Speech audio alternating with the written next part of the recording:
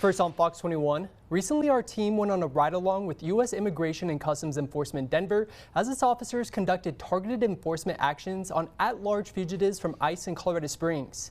Here's a behind-the-scenes look at what goes into an arrest made by ICE officers and the steps thereafter. Taken into custody, pending theft charges and some other things in Westminster.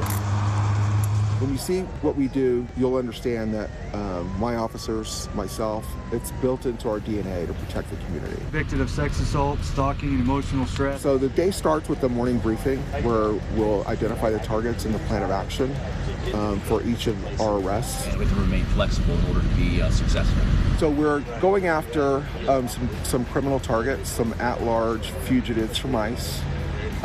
This is what we do 365 days a year. 95% of these people had been released from county jails.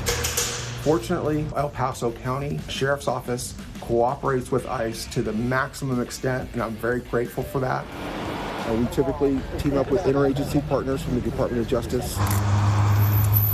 We've experienced an increase in assaults against ICE officers of nearly 400%.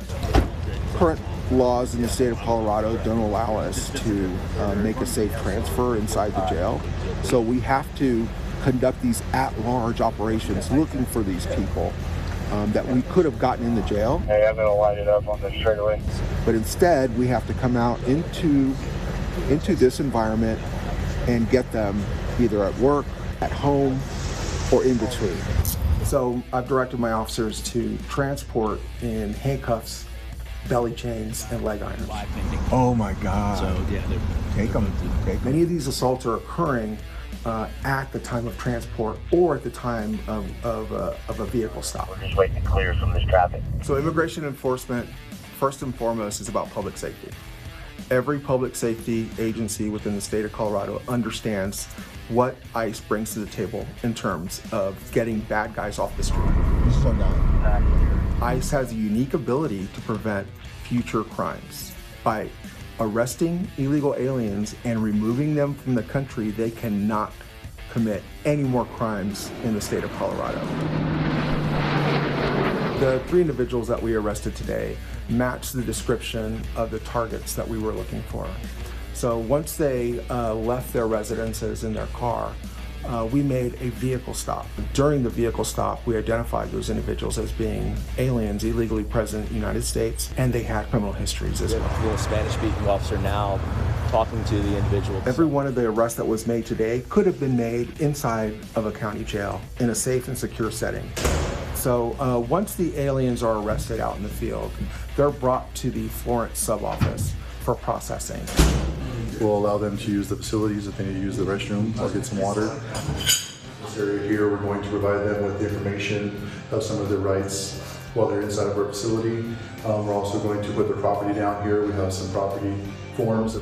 They'll be issued charging documents. They'll be explained their rights, issued a notice to appear. There'll be an explanation of whether or not they're going to be going to immigration hearing. The processing normally takes about an hour to 2 hours, depending on what type of case it is. From here, they'll leave and go to Aurora. They'll be transported to our Aurora detention facility, which is an ICE facility that holds about 1,500 detainees. And the immigration judge will decide whether the person is removed from the United States. ICE's focus when it comes to enforcement is taking enforcement actions on the worst first, meaning those aliens that have entered the country illegally and have committed a crime while they're here. They are public safety risks. They're a priority for my officers to take off the streets. We're prosecuting when we can, and we're removing as quickly as possible. I hope we arrest them all, because these are dangers to the community that nobody wants in their neighborhoods.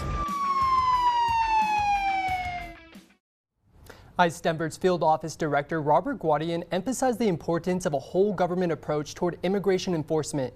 You can read more about those efforts on fox21news.com.